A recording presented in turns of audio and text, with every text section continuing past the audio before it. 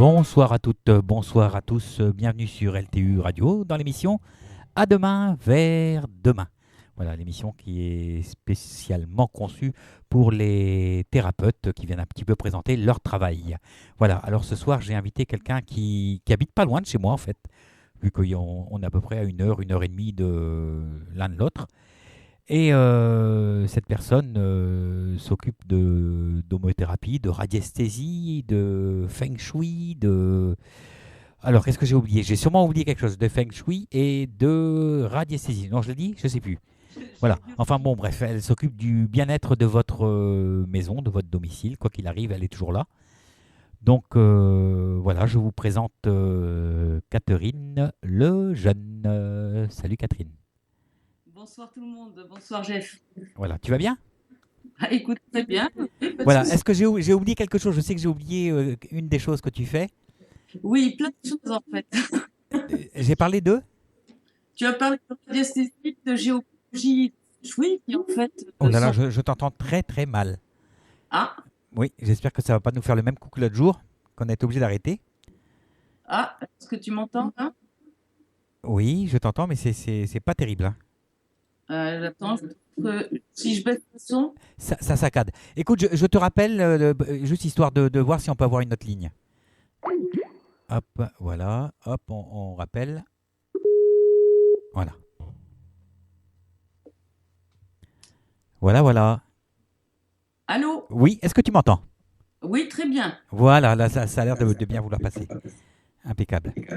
Alors, donc on va parler de radiesthésie, de feng shui, de domothérapie.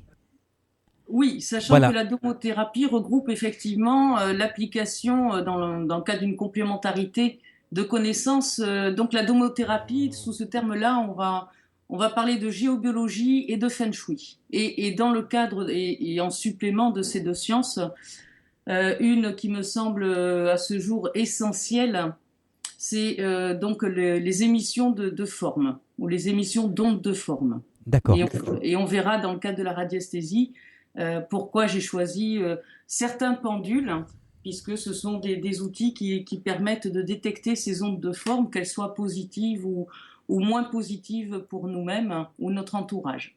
d'accord, nickel.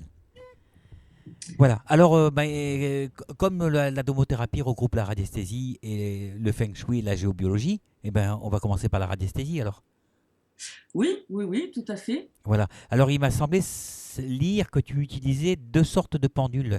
Est-ce que tu peux être un petit peu plus précise ou nous en dire un petit peu plus? Oui, tout à fait.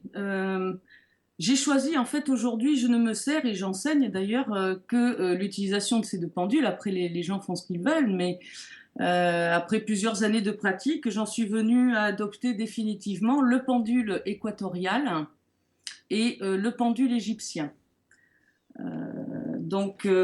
Pour te dire, au niveau des pendules, ah oui, alors il y a plusieurs, disons qu'il y a plusieurs affinités. Quand on choisit un pendule, on va le choisir de par sa forme, on va le choisir également de par sa matière. Certains vont avoir plus d'affinité avec le bois que d'autres plus avec certaines pierres. C'est un choix personnel. En ce qui me concerne, j'ai une affinité particulière avec le bois, pour la simple et bonne raison, c'est que je trouve que le bois est peu sujet aux pollutions. Contrairement à d'autres qui, constitués en pierre, vont s'imprégner de l'environnement et vont garder la mémoire de ce avec quoi ou ce pourquoi on a travaillé auparavant. Donc le pendule équatorial a été mis au point par un radiesthésiste connu, un chercheur, monsieur Jean Delafoy, D'accord. qui l'a mis au point suite aux travaux de messieurs de Bélisal et Morel du début du XXe siècle. Ils n'habitaient pas du côté dans le nord ou quelque chose comme ça? Ah, je ne sais pas. Je Parce que n'étais pas il me semble que ce monsieur Morel avait un château ou quelque chose comme ça. peut-être. Je ne suis pas rentrée dans sa biographie personnelle, D'accord. seulement scientifique. Non, parce que je suis allé visiter son château. C'était un des premiers radiesthésistes. Ou c'est celui qui a inventé le mot radiesthésiste.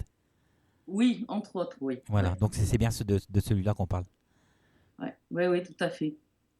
Mais d'ailleurs, c'est un grand monsieur qui a fait énormément avancer les choses et qui a mis au point, en collaboration avec d'autres personnes, dont de Bélisal, le pendule universel, qui D'accord. est une sphère en bois sur laquelle on va trouver inscrites différentes couleurs, puisque en fait, ils sont partis du principe que chaque couleur était, pardon, que chaque objet, qu'il soit animé ou inanimé, chaque personne émettait une vibration. Donc on part du principe que tout est vibration, et ils ont réussi via ce pendule, à reconnaître et à donner une couleur à ces vibrations-là. D'accord. On a donc ce pendule universel. Ils ont mis au point ce pendule qui est assez compliqué, on va dire, de manipulation, mais qui offre le mérite de répondre non seulement à la détection de couleurs que l'on va retrouver dans le spectre visible des couleurs, mais également dans le spectre invisible. Tout ce Mhm. qui est noir, blanc, infrarouge, etc., ultraviolet. Donc c'est très intéressant de travailler, mais au niveau de la manipulation, il est assez complexe. Raison pour laquelle je me suis tournée vers le pendule équatorial que monsieur Delafoy a mis au point. Enfin, monsieur Jean Delafoy, pardon, je ne voudrais pas écorcher son nom. D'accord. Donc tu utilises deux pendules différents. Oui, parce que le pendule, alors, il y a le pendule équatorial, qui dans sa présentation, si tu veux, pour faire simple, est une sphère en bois, une sphère de poids. D'accord. Et sur son équateur, sont réparties toutes les couleurs du spectre visible et invisible. Donc cet équateur qui est se trouve au milieu de la sphère comporte une ceinture de cuivre avec un index coulissant et que l'on va déplacer sur les couleurs que l'on recherche. Donc l'avantage de ce pendule-là aussi, c'est que contrairement aux autres pendules qui nécessitent une convention mentale, celui-ci, au contraire, dans son utilisation, demande à ce que l'on fasse taire son mental. D'accord. Ce n'est pas nous qui allons reconnaître la vibration, c'est le pendule qui est une prolongation de nous-mêmes qui va le reconnaître. Je suis claire? Oui, très clair. Moi, je voulais savoir si on utilisait des tables ou des choses comme ça pour justement par rapport aux couleurs. Alors, tu peux, dès lors que tu as un pendule du genre égyptien qui lui reconnaît cette couleur, si tu es sur un pendule actif émetteur-récepteur, oui, tout à fait, ou sur un pendule simple, tu pourras, via une table ou un disque, peu importe comment tu choisis de travailler, tu pourras détecter la couleur en demandant, via ta convention mentale avec le pendule, je désire me rendre, par exemple, sensible ici et maintenant à telle couleur. Oui, mais après, quelle est la signification de chaque couleur? Parce que c'est bien beau d'avoir des couleurs avec le pendule, mais si on ne sait pas à quoi les couleurs correspondent, on n'est pas avancé à grand-chose, quoi. Alors ça, je suis entièrement d'accord avec toi. C'est là qu'est la subtilité de la chose. Dans les couleurs, dans le spectre et la vibration des couleurs que l'on va trouver sur le disque indifférencié, donc ce pendule équatorial, on va retrouver du vert négatif, du noir, de l'infrarouge, du rouge, de l'orange, du jaune, du vert positif, du bleu, de l'indigo, etc. Et une fois que l'on a reconnu la couleur, on va se reporter donc à leur signification. Alors, on ne va pas passer en revue toutes les couleurs parce qu'on n'aura pas le temps ce soir, Non, mais non. mais on va parler par exemple d'une couleur qui est la plus négative en soi, c'est du vert négatif électrique. Le vert négatif électrique, c'est une émission, hein, une émission qui est je crois, la plus sournoise que l'on puisse rencontrer. D'autant plus si elle est associée au noir électrique. Donc ce soir, je pourrais parler de ce vert électrique négatif et de ce noir électrique. C'est un verre genre verre bouteille ou quelque chose comme ça? Non, alors attention, nous parlons de vibration. Oui. On n'est plus dans le spectre visible des couleurs. D'accord. Et, on est dans une vibration, dans une onde que le pendule va reconnaître. Ok, d'accord. Et donc cette vibration va correspondre à la couleur verte, tout simplement, Voilà, négative. c'est ça. Si par exemple je veux connaître l'identité vibratoire d'une pièce, là où d'autres, par exemple avec un pendule normal, vont sortir leur cadran Mhm. et demander le taux, bah, s'ils se servent de l'échelle de Bovis par exemple, ils vont demander le taux vibratoire de la pièce. D'accord. On va leur donner une échelle de valeur en fonction du camembert qu'ils ont sous les yeux. Ça peut être en positif ou en négatif. Si moi je passe par ce biais-là, par exemple, que je demande l'identité vibratoire ou le taux vibratoire de la pièce, si je suis en positif, je vais aller pour identifier ce qui émane de la pièce, je vais avec mon pendule équatorial me coulisser donc le curseur sur le pendule. Par exemple, sur le rouge, je vais mettre sur du rouge magnétique dès lors que je suis en unité Bovis en positif. Si le pendule ne bouge pas, c'est qu'il ne reconnaît pas cette vibration-là. Si je le mets par exemple sur du vert positif en magnétique, là c'est que c'est tout bon pour la personne. Je suis claire? Oui, mais alors comment tu fais? Tu te promènes avec ton cadran, on va dire, et ton pendule dans toutes les pièces? Euh, oui, on peut dire ça, effectivement. Je vais. Alors, notre corps est également une antenne réceptrice et émettrice. Oui, Donc, notre corps, quand on est dans un environnement quel qu'il soit, va reconnaître, va ressentir des vibrations positives ou négatives. Quand je vais rentrer dans une pièce ou quand je vais faire tout simplement la recherche sur plan, c'est peut-être possible, oui, je vais me servir par exemple d'un doigt antenne. c'était Donc en ma prochaine l'occurrence, question. pour moi, ça peut être l'index, je suis droitière, donc je tiens mon pendule de la main droite. Je vais pointer par exemple mon index gauche, donc je vais balayer la pièce en fait. Balayer la pièce, les murs, le sol, le plafond, etc. Et mon pendule, en fonction de la couleur sur laquelle je serai connecté, on va dire, ou branché, va répondre ou ne pas répondre. Par D'accord. exemple, avec le pendule équatorial, si je rentre dans une pièce en l'ayant mis sur du noir électrique, ce qui est relativement négatif, c'est une émission redoutable. On peut la trouver, par exemple, on peut détecter tout ce qui est électromagnétique, donc tout ce qui est d'origine Wi-Fi et autres, ou problème électrique. Donc avec le noir électrique, avec mon pendule équatorial, dans une pièce, je vais te dire, bah tiens, la Wi-Fi est là, ou il y a un problème sur telle prise électrique, etc.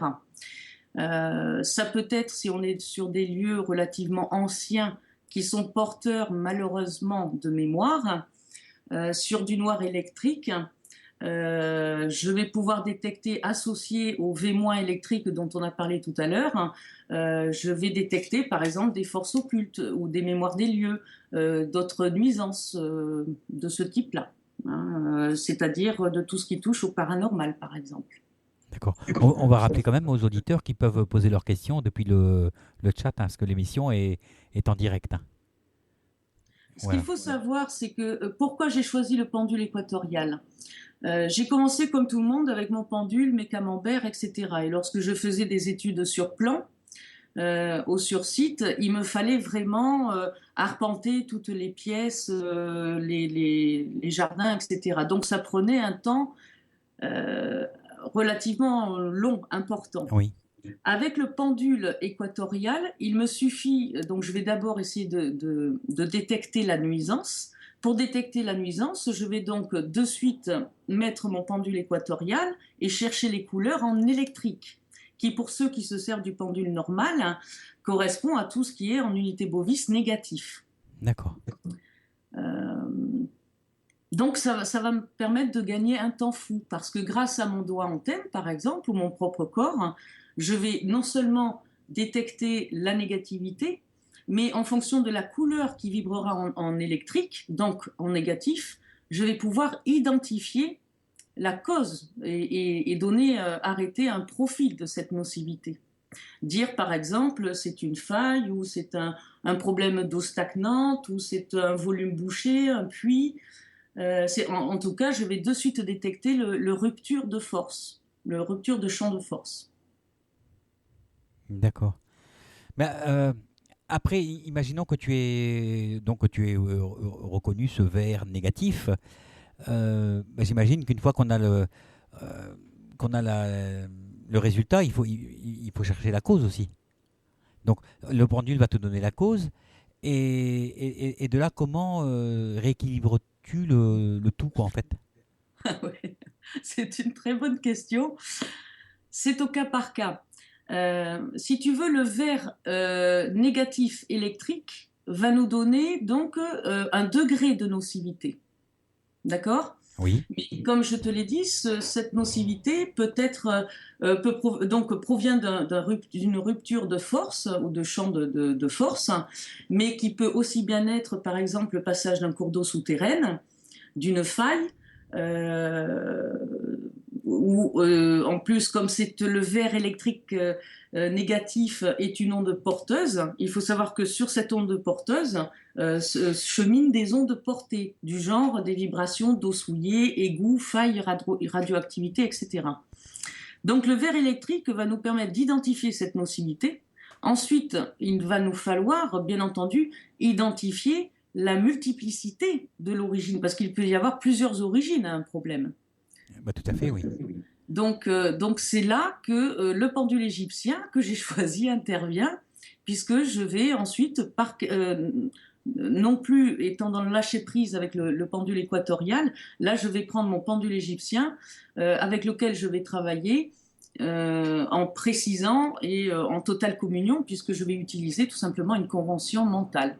Alors soit je vais poser directement les questions en fonction de mon ressenti, et en fonction de l'environnement que j'aurai étudié, puisqu'il peut y avoir plusieurs facteurs, soit je vais prendre, comme tout un chacun, tout simplement des planches sous forme de camembert ou de cercle ou des propres outils que j'ai fabriqués moi-même.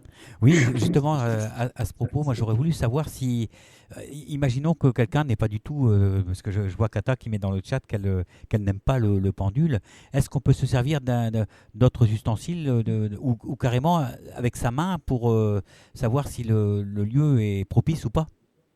Ah, tout à fait. Le pendule n'est qu'un outil, ce n'est qu'une prolongation de nous-mêmes. C'est-à-dire que, comme j'expliquais tout à l'heure, le corps, lui, va reconnaître les nocivités. Tu rentres dans un endroit, tu vas de suite sentir, hein, sans identifier, mais tu vas te dire, ah ben là, je me sens bien, ou là, tiens, il y a quelque chose qui m'embête, qui me dérange, ou au bout d'une heure, 2 heures, tu vas pas tenir en place et tu n'auras qu'une pensée, c'est t'enfuir. Tout à fait. Donc le corps, lui, il reconnaît. Alors le corps, le physique va donc reconnaître la nocivité ou pas. Le mental, le cerveau, lui, ne va pas la reconnaître. Mhm. C'est là que va intervenir le pendule. Alors oui, on peut forcément se passer du pendule. Tu peux utiliser des baguettes. Comme les baguettes de sourcier en V, tu peux utiliser des Radmaster, c'est-à-dire les baguettes parallèles, ou tu peux utiliser ton propre corps et tes mains. Tout à fait. Pour ce faire, c'est relativement simple. Tu poses une convention avec toi-même. Par exemple, moi, quand je sens de l'eau, j'ai le corps qui tangue. Donc, j'ai passé une convention avec mon propre corps et mes petites cellules. Et je leur ai dit, ben ok les filles, donc là je suis sur un cours d'eau, montrez-moi d'où vient le cours d'eau, le sens du courant d'eau. Et Mhm. selon si j'ai le courant d'eau, si l'eau vient en face de moi et que j'ai le corps qui bascule en arrière, ah ben, j'ai un indicateur. Tu comprends ce que je Oui. veux dire? Ah, tout à fait. Voilà, si par contre l'eau vient de derrière moi, mon corps va pencher en avant. Donc, voilà, ça, c'est une des conventions.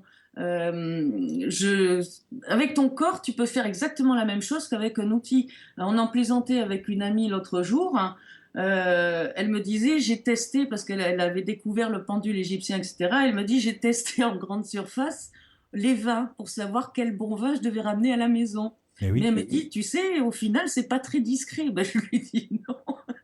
Donc j'ai dit, mais dans ce cas, pose une convention avec ton corps, tu te mets devant une bouteille voilà, tu te connectes avec la bouteille et tu demandes à ton corps, ta convention c'est ce vin est bon pour moi, mon corps est attiré vers lui et je bascule vers lui. Ce Mhm. vin n'est pas bon pour moi, ou bon pour les personnes, hein, peu importe, ou tout simplement c'est pas un bon millésime, à ce moment-là, le corps tu vas tanguer vers l'arrière, tu vas sentir que tu tangues vers l'arrière, comme si tu tombais un peu. Donc c'est ta convention, tu avances vers la bouteille, elle est bonne pour toi, c'est du bon vin. C'est pour un radiesthésiste qui est sa convention d'harmonie. Alors soit qui tourne à droite, soit à gauche en fonction de comment il travaille avec son pendule. Oui. Et la convention non avec son propre corps, par exemple, c'est quand on ressent comme un recul. Alors je vais aller encore un petit peu plus loin, Catherine. Quelqu'un qui veut n'utiliser que rien du tout, simplement que son intuition ou son Oui. ressenti. Est-ce qu'une personne peut avoir ce ressenti-là et juste à travers le ressenti, sans outils, sans pendule, sans baguette, sans rien, quoi, en fait, est-ce que ça peut fonctionner aussi? Oui. Alors ça, c'est... Oui, alors Je sais que c'est pas donné à tout le monde, j'imagine. tu peux utiliser les mains, par exemple. Et là, donc, on peut... Alors là, ça introduit la notion de souffle et de contre-souffle. J'ai dit tout à l'heure que... ah oui, alors là, ça veut dire aussi qu'on aborde la polarité. Alors, la notion de souffle et de contre-souffle, c'est quoi? Tout a un sens, d'accord? Quand un arbre pousse, il pousse vers le haut, Oui. d'accord? Euh, Quand on coupe un tronc d'arbre, donc ça veut dire que l'arbre qui pousse vers le haut, sa racine va donc tendre vers le cosmos, et en termes de polarité, le cosmos, on dit qu'il est plus positif, et que le sol, la terre, est donc par voie de conséquence moins négative. Et l'arbre, tout comme nous, êtres humains, nous sommes entre deux. Donc on va dire qu'on a le sommet de la tête qui est plus vers le cosmos, donc plus, et les pieds, donc plus vers la terre, donc moins, sauf si vous marchez sur les mains, bien sûr. Mais ce que je dis, c'est pas une blague parce que la polarité des personnes change selon si elles sont en position allongée ou debout. Donc, pour reprendre cette notion de souffle et de contre-souffle, l'arbre pousse vers le haut. Donc, on va dire qu'il a une polarité, un côté plus au niveau de la racine, un côté, au niveau de sa tête. Aide-moi. Alors là, moi, je veux bien qu'on reparte sur sur le pendule, si tu veux bien. Oui, non, mais j'explique. Enfin, là, tu demandais par rapport à une convention sans Oui, par outils. rapport à, en fait, si on n'utilise rien du tout, quoi, tout simplement, simplement que son esprit, son intuition, son ressenti. Alors, je dirais dans l'absolu, oui, mais forcément, il faut que ça se traduise par quelque chose. On sait tous intuitivement si c'est bon ou si c'est pas bon pour nous. Moi, personnellement, si pour certains ressentis, pour pouvoir détecter certains ressentis, je vais utiliser mes mains. Uniquement avec le mental, les bras croisés, ça, je ne sais pas faire. Certainement que certaines personnes sont capables de le faire, oui. Oui, parce que Mais- j'ai un ami qui va sans rien du tout et il est capable même de trouver une source et de dire c'est à tant et tant de mètres de profondeur. Comme ça, et il se trompe pas, à 1 ou 2 mètres, il a raison, quoi. Oui, bah, il doit avoir des flashs ou il doit avoir des J'imagine, images. oui. Ça se traduit par quelque chose dans son mental, de toute façon. Voilà. Alors, il y a pas mal de questions dans le chat, si tu veux bien. Oui. Après, on fera une petite pause musicale. Alors, il y a Jean-Pi. Comment calibrer, initialiser son pendule comme la longueur de la chaîne, par exemple? Ah, ben très bien. Ah, j'attendais cette question parce que j'avais prévu une trame, mais comme c'est un échange, alors je remercie. Alors, ben, c'est C'est Jean-Pi. relativement simple. Alors, c'est surtout, je pense, cette question se réfère à la radiesthésie médicale. Il ne précise pas? Non. Non, il précise pas. Il demande simplement comment calibrer ou initialiser le pendule, quoi. Alors, c'est très simple. Si par exemple, on travaille sur une photo, si c'est une photo de personne, par exemple, j'ai dit que tout à l'heure, tout était vibration et chaque objet, animé ou inanimé, a sa propre vibration. Si on veut travailler sur la personne et qu'on n'a pas, par exemple, son nom, prénom, sa date de naissance, etc., Oui. on va tout simplement prendre la ficelle de son pendule à la base du haut du pendule entre l'index et le pouce, Oui. au-dessus de la photo. Puisque là, on va être dans un rayonnement, la photo va rayonner l'identité vibratoire de la personne dans le sens vertical. Ok? Donc le pendule au-dessus de la photo, et on va tout simplement demander, je désire me rendre sensible ou reconnaître l'identité vibratoire de cette personne. Et à ce moment-là, on va laisser glisser tout doucement la ficelle de son pendule entre son index et son pouce. Et à un moment donné, quand on sera sur la bonne longueur d'onde, eh bien le pendule va osciller dans le sens de l'harmonie de la personne, c'est-à-dire de l'opérateur. Si sa convention d'harmonisation, c'est-à-dire le plus, le oui, est pour lui à droite, eh bien, dès l'instant où il sera sur la bonne longueur d'onde, le pendule va se mettre à osciller vers la droite. D'accord. Et là, alors ça, c'est une façon de travailler extraordinaire. Tu ne peux pas te planter. Dès lors qu'après, tu gardes ta longueur de pendule entre ton pouce et ton index et que tu travailles à côté sur des planches, attends, désolé, c'est bon. Donc, dès lors que tu gardes cette longueur d'onde qui est cette identité vibratoire de la personne et que tu vas après demander au-dessus de tes planches à reconnaître les disharmonies que rencontre cette personne, le pendule va aller droit à l'essentiel et il va avoir une réactivité assez extraordinaire. D'accord. Donc ça, par contre, on peut le faire avec tout type de pendule, que ce soit un pendule neutre ou un pendule actif, voilà, qui soit émetteur, récepteur, peu importe le type de pendule que tu as en ta possession, dès lors que tu calibres et que tu as mis cette intention-là d'être dans l'identification de l'identité vibratoire de la personne, tes recherches vont être rapides et précises. D'accord. Alors, il y a plusieurs questions de la part de Marina Chonchon, sur le chat. Alors, quelles sont enfin, y a-t-il des précautions à prendre pour utiliser le pendule équatorial? Et a-t-on besoin d'une formation? Et si oui, pourquoi? Oui. Comme j'ai expliqué, on s'est arrêté sur le V- électrique et le noir électrique. Ce sont des émissions extrêmement sournoises. Il faut savoir que messieurs de Bélisal, Morel en sont morts quand même à étudier ces vibrations-là et à travailler avec. Ce sont des vibrations que l'on retrouve au tiers de la pyramide de Khéops. Donc elles sont émettrices. Quand on utilise le pendule équatorial, il est évident qu'il faut passer par une formation. Je ne vends pas de pendule équatorial, sachant que je passe directement par le fabricant qui a été mon maître en l'occurrence, Christian Plantec. C'est lui qui m'a formé au pendule, qui m'a initié. Et même aujourd'hui, quand on me demande d'acheter un pendule équatorial, je me refuse à le vendre si la personne ne s'engage pas à faire ne serait-ce que 2 journées de formation. Les précautions à prendre, elles sont là. On est bien d'accord qu'on va reconnaître le pendule, quoi qu'il en soit, reconnaît des vibrations. Il est le prolongement de notre corps qui lui-même reconnaît les vibrations. Si ton pendule y vire, il réagit au V- électrique ou au noir électrique, ça veut dire que toi-même, tu es exposé à ces vibrations-là.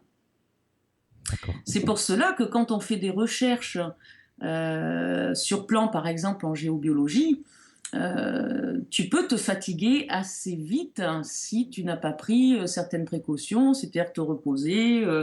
Voilà. Donc oui, pour le pendule équatorial, la formation au moins de 2 jours est obligatoire. Et après, derrière ça, il est évident qu'il faut faire montre d'une curiosité intellectuelle pour peaufiner les choses. Entre la théorie et la pratique, il y a vraiment tout un monde. Donc le pendule équatorial n'est pas anodin. D'accord. Alors, il y a Ludie qui pose cette question-là. Pourquoi à certains moments le pendule ne répond pas? Alors un pendule peut ne pas répondre tout simplement parce qu'on pose mal la question. Dans la radiesthésie mentale, donc qui utilise toutes sortes de pendules, excepté le pendule équatorial ou universel, puisque ce sont des pendules qui n'utilisent pas de convention mentale. Dès lors qu'on est dans cette utilisation-là, il faut être extrêmement précis dans son questionnement. Si on a mal posé la question, qu'on est dans la négation, il ne pourra pas répondre. Par exemple, je sais pas, comme exemple, on ne va pas, voilà, on a un doute, on a des petits malaises, etc. On va pas prendre son pendule, ou si un ami vient nous voir et nous dit, est-ce que tu pourrais vérifier si je suis énergétiquement correcte? On va pas demander à son pendule, est-ce qu'un tel est en bonne santé, ou est-ce qu'un tel est malade? Oui. Quand on va utiliser le pendule, il va toujours falloir passer par des affirmations. Donc c'est pas est-ce que un tel est malade ou non, c'est est-il en bonne santé? Enfin voilà, il est en bonne santé, oui, non. Donc en ce qui concerne la maison, tu vas dire est-ce que cette maison est saine, oui ou non? C'est ça. Ou est-ce que cette pièce est saine, ou est-ce que cet endroit est sain? Voilà. En fait, j'imagine que c'est ce genre de questions que tu dois poser. Oui, tout à fait. Oui, enfin, moi je passe par notamment la notion de polarité qu'on a commencé à aborder tout à l'heure. Tout à l'heure, oui. Eh bien, on va se faire une petite première pause Oui, ok. avec une chanson d'Emmanuel Moire, Sois tranquille. Ok, Voilà. oui. Sois tranquille, tranquille, tranquille. D'accord. Voilà, on se retrouve dans 2 ou 3 petites minutes. Ok, pas de Voilà. souci, à tout à l'heure.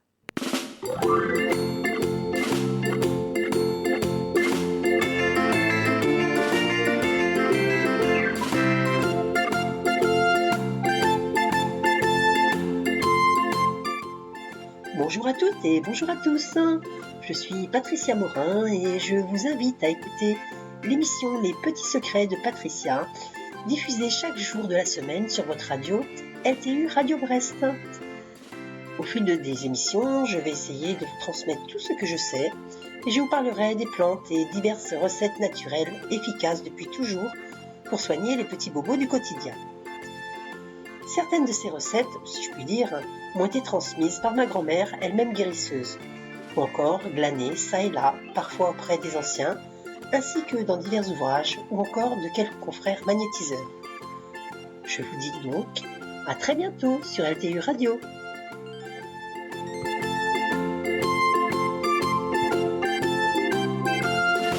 Vous avez donc rendez-vous avec notre amie Patricia Morin, dans son émission Les Petits Secrets de Patricia, tous les jours de la semaine, à partir de 18h. Mais nous n'en sommes pas là et nous retrouvons de suite de ce pas Catherine Lejeune pour venir nous parler de domothérapie, de feng shui, de radiesthésie, voilà, et de géobiologie. Voilà, c'est ce qui forme en tout la domothérapie. Donc, voilà. On va peut-être laisser un petit peu tomber le pendule, Catherine, pour avancer un petit peu sur le feng shui ou... Oui, oui, tout à fait d'accord. Hein, Non, parce que sinon, on va faire une émission sur la radiesthésie, puis on ne va pas avancer sur le reste. Oui, oui, entièrement d'accord. Alors, allô, tu m'entends? Oui, oui, tout à fait. Il n'y a pas de Non, souci. parce que j'ai bougé un fil et ok. Il y a une notion sur laquelle je souhaiterais impérativement revenir parce que c'est une notion qui va servir non seulement aux radiesthésistes, mais qui va également servir en géobiologie, en feng shui, et en plein de choses pour l'eau, pour dynamiser l'eau, entre autres, pour s'assurer qu'un objet ne s'imprègne pas. Enfin bref, c'est la notion de polarité. J'ai expliqué tout à l'heure que tout ce qui venait du cosmos était positif, de la Terre était négatif, et que l'homme donc était entre deux et subissait l'influence de ces deux énergies-là. C'est en fait comme une pile, hein, il y a un plus et un moins, et entre les deux, le courant passe.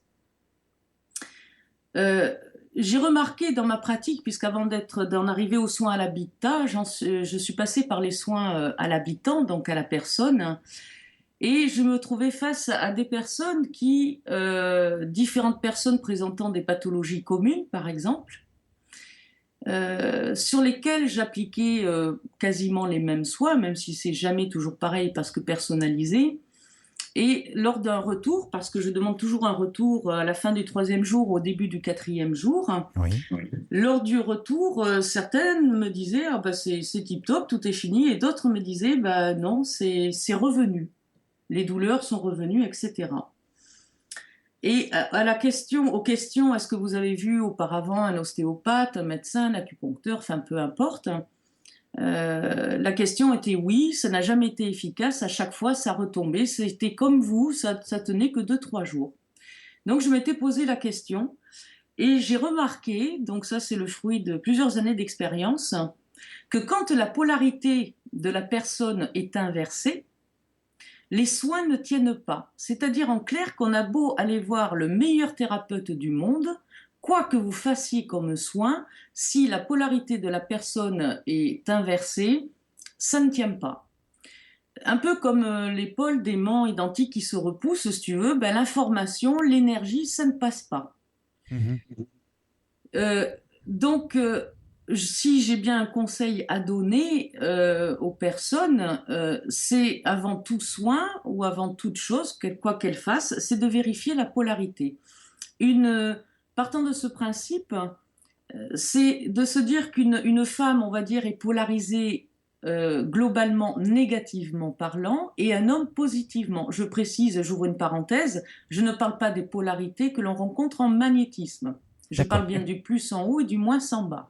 Ok, d'accord. Donc une femme est polarisée négativement. Si vous lui faites un soin et qu'elle est au départ polarisée positivement, le soin ne tiendra pas. Donc il faudra s'assurer, avant de faire un soin, que la personne est bien polarisée. Donc ça, c'est la première chose pour les personnes. C'est valable aussi pour les animaux, c'est valable également pour les végétaux et bien sûr pour les matériaux. C'est là que j'en viens à la domothérapie ou à la géobiologie et au feng shui. Quand je parlais des pôles de deux aimants, on sait que deux polarités identiques se repoussent. Si on veut avoir une circulation énergétique ou que les deux aimants se rejoignent, il faut qu'ils soient de polarité inversée, un plus et un moins. D'accord ? Mhm. Pour les bâtiments, c'est pareil. Quand on rencontre un incident ou des incidences d'ordre géobiologique, la première chose à laquelle on doit s'assurer, c'est que le bâtiment lui-même est bien polarisé. Pour ce faire, on va donc... alors, il y a le monsieur qui a posé la question tout à l'heure de comment régler son pendule. Donc, première précaution, on peut donc... avec son pendule, faire glisser la ficelle entre son pouce et son index en demandant de reconnaître l'onde que génère le bâtiment. Et ensuite, on se projette et on met sa main gauche, si on est droitier, qu'on tient donc le pendule à droite, on met la main au-dessus du toit de l'immeuble ou de la maison et on demande la polarité. Oui. Et on fait la même chose, on inverse sa main, paume vers le haut pour vérifier la polarité du sol. Si on trouve du moins en haut et du plus en bas au niveau du sol, c'est que la polarité de la maison ou du bâtiment est inversée. Ça veut dire qu'il peut y avoir un problème de matériaux, de construction. Et souvent, ça dénote effectivement des problèmes d'ordre géobiologique. D'accord. C'est valable pour ça, c'est valable aussi pour l'eau, pour un vin. Tu as un vin, tu ouvres, normalement c'est un bon vin, tu le goûtes, et il n'a pas de goût. Alors excusez-moi, je prends souvent le vin comme exemple. Oui, moi j'en ai deux. C'est peut-être parce que je suis d'origine bordelaise. J'en sais rien. Catherine, moi j'en ai deux. Quoi, t'en as deux? Deux vins. Ah, bah bien, d'accord. Ok. No comment. Voilà, c'est une black braise. Oui, non, C'est une très black bon, braise. très bon. Donc pour finir avec le vin, tu ouvres ta bouteille, il est censé être bon, il n'est pas bon.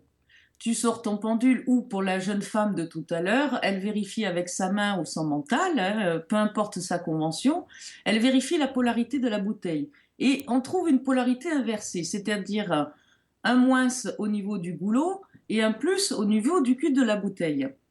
Eh bien, on va repolariser la bouteille. On va demander à ce qu'elle se repolarise ou à ce qu'elle se réharmonise. Et donc, il va y avoir de nouveau un échange cosmotellurique qui va passer par cette bouteille et la connexion va se faire. Il va falloir attendre quelques secondes, voire quelques minutes. Vous regoutez votre vin et vous verrez qu'il aura de nouveau la saveur qu'il aurait dû avoir. Parce que c'est une question de cellules, c'est une question d'information, c'est une question d'énergie qui passe ou qui ne passe pas. Idem pour de l'eau. Vous voulez dynamiser votre eau, dynamiser une eau qui est mal polarisée, ça va durer quelques secondes. Parce qu'on sera dans le domaine physique et non pas subtil. Vérifiez la polarité de votre bouteille d'eau et vous verrez que ça se passera très bien. Le goût de l'eau changera. Donc c'est une notion qui est très importante, voilà, sur laquelle je voulais m'arrêter quelques secondes pour les auditeurs et les auditrices. Voilà, on va passer maintenant un petit peu au Feng Shui. Alors, le Feng Shui, Alors, dans quoi il intervient, quoi, en fait, ce Feng Shui D'ailleurs, il y a une question de Marina, toujours Feng Shui égale. Quel est, donc c'est la question qui concerne le Feng Shui, quel est l'équilibre juste pour la personne? Dans quel état d'esprit être pour ne pas induire notre point de vue et mieux respecter la personne? Ah, alors ça c'est le secret du Feng Shui. C'est le secret du Feng Shui. En géobiologie, on va étudier la circulation énergétique, cosmique et tellurique, donc au-dessus et au-dessous de la personne. Et j'ai expliqué que l'humain était entre deux, y compris son habitation. Donc avec le Feng Shui, on vient en complément de la géobiologie parce que là, on va étudier l'énergie qui circule en surface, sur le sol, c'est-à-dire le bain dans lequel va baigner les personnes au quotidien. De leur maison. Faire de la géobiologie sans Feng Shui, c'est pas grave. Faire du Feng Shui sans géobiologie, c'est une aberration. C'est une aberration. Alors, comme j'ai expliqué, en Feng Shui, pour répondre à Marina, on va s'attacher non pas à la façon dont nous, intervenants, on va percevoir les choses, mais on va s'attacher au travers d'un questionnement au comment la personne vit-elle les choses. Si par exemple elle a un objet qui nous personnellement nous rebute, on trouve ça hyper moche, etc. Alors déjà, il ne faut surtout pas être dans le jugement, on est totalement neutre. On va lui poser la question, qu'est-ce que représente cet objet pour vous ? Alors, t'en as qui vont te dire, oh, alors celui-là, c'est ma belle-mère qui me l'a offert, c'est tout le temps la bataille avec mon mari, je veux le retirer, lui, il veut le laisser, etc. Et on va s'apercevoir que une des problématiques pour laquelle la personne nous fait intervenir peut se situer au travers de cet objet. En tout cas, cet objet peut représenter une des problématiques. Si le mari vit très bien l'objet, ok. Si la femme, elle le vit très mal, eh bien, qu'est-ce qu'on va faire en Feng Shui ? On va, grâce à une notion de secteur, on va s'attacher à déplacer l'objet dans le secteur de monsieur. D'accord.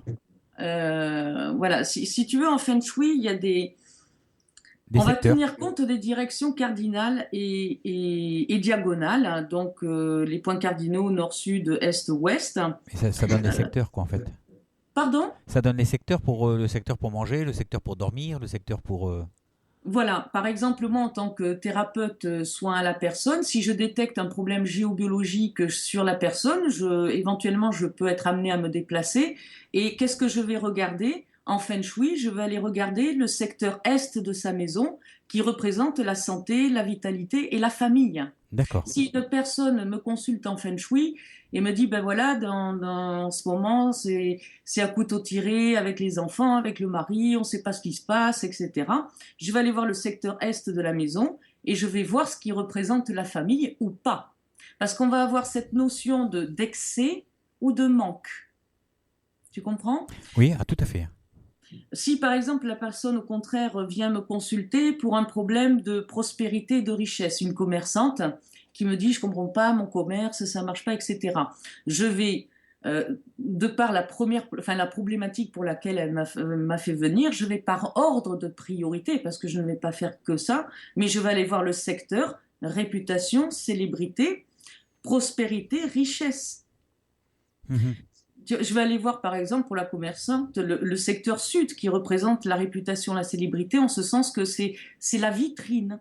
Et puis, je vais aller voir le côté prospérité, richesse, donc le côté sud-est, pour voir qu'est-ce qui traduit dans ce secteur-là le manque d'argent.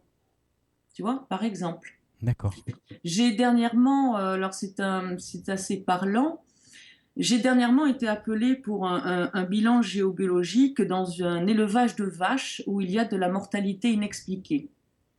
Et il y a des conflits au sein de la famille, c'est-à-dire que le second fils a pris les rênes, donc c'est lui qui est aux commandes de tout, et le fils aîné a été complètement squeezé. Et aujourd'hui, il souhaiterait s'investir dans l'exploitation, mais de par la place qu'a pris le second fils, si tu veux, il ne trouve pas sa place. Mhm. Lorsque je suis allée sur place, j'ai pris des photos, etc. Et j'ai regardé également la forme du bâtiment. En allant sur Géoportail, j'ai tiré des photos du dessus du bâtiment de l'exploitation. Il faut savoir que la place du fils aîné dans une fratrie, enfin dans la famille, sa place, son secteur, on va dire, est le secteur Est. Et comme par hasard, de par la configuration des lieux, la forme du bâtiment, il y avait au niveau de la toiture du bâtiment un manque qui correspondait, qui se situait exactement au secteur Est. C'est-à-dire que le fils aîné ne peut pas aujourd'hui trouver et prendre sa place dans l'exploitation puisque son secteur dans l'exploitation même est manquant. Donc mon travail en Feng Shui va consister à travailler les énergies, Oui. les émissions de forme et à créer ce secteur, à recréer ce secteur manquant pour donner symboliquement sa place au fils aîné et l'intégrer dans l'exploitation. Je suis claire ? Tout à fait. Ça rejoint Voilà. un petit peu ce que dit Paola. Elle dit comme ça, le feng shui, c'est harmoniser les vibrations dans une maison. Dans une maison, dans une exploitation, dans un commerce, dans un Dans lieu de n'importe quel lieu, en travail, fait. dans un bureau, n'importe où. Oui. Donc ça revient à ça, vu que y a pas de secteur est pour le fils aîné, donc tu vas le créer de façon à ce que tout soit réharmonisé.